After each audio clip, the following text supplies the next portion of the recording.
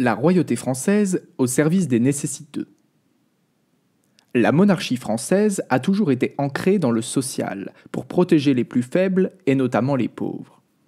Des aumônes royales constantes, le roi qui s'abaisse et lave les pieds des pauvres le jeudi saint, les miracles des écrouelles qui se faisaient par milliers à chaque règne, il est incontestable que les rois de France ont toujours eu un souci particulier pour les pauvres. La royauté a toujours travaillé à la liberté de ses peuples. Bathilde, reine du royaume de Neustrie et de Burgondie de 649 à 657, puis régente du royaume au nom de Clotaire III, ancienne esclave elle-même, décide d'interdire la vente d'esclaves et va même jusqu'à racheter des esclaves avec ses propres fonds pour pouvoir les libérer. Par l'édit du 3 juillet 1315, le roi Louis X le Hutin affranchit tous les serfs du domaine royal et incite tout le royaume à faire de même. Il déclare même « Nul n'est esclave en France, le sol de la France affranchit l'esclave qui le touche ». Avec l'édit du 8 août 1779, Louis XVI va encore plus loin dans ce sens et abolit les droits de main morte et plus largement tout ce qu'il restait du servage. Restons sur Louis XVI, surnommé le bienfaisant, qui multiplie les réformes sociales. Abolition de la corvée le 27 juin 1787, abolition de la torture en 2 étapes le 24 août 1780 et en 1788, liberté religieuse pour les protestants le 7 novembre 1787. Le 27 décembre 1788, il fait également doubler le nombre de représentants du tiers-État et réunit les États généraux en 1789. Sous la monarchie, il n'y a pas de conscription généralisée. Les paysans et ouvriers ne sont pas forcés de partir combattre pour le roi.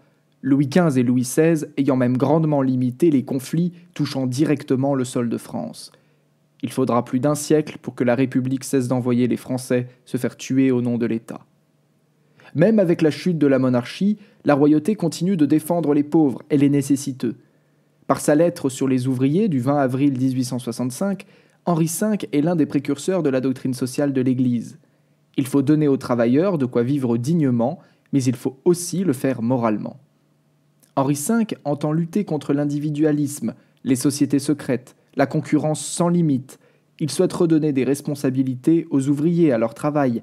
Il veut de la concertation, des associations. En bref, le retour des corporations. Cette tradition est honorée par ses successeurs.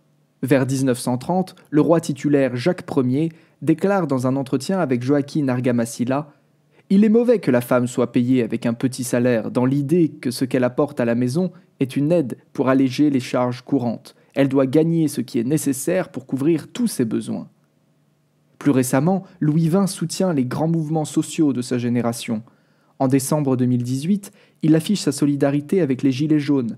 Le 27 janvier 2024, il prend la défense des agriculteurs et s'était aussi opposé à la réforme des retraites de 2023. Une personne mal formée restera toujours victime de la propagande révolutionnaire. Il est du devoir de chacun de consulter les ouvrages de référence, les textes de loi de la monarchie et les déclarations de nos princes.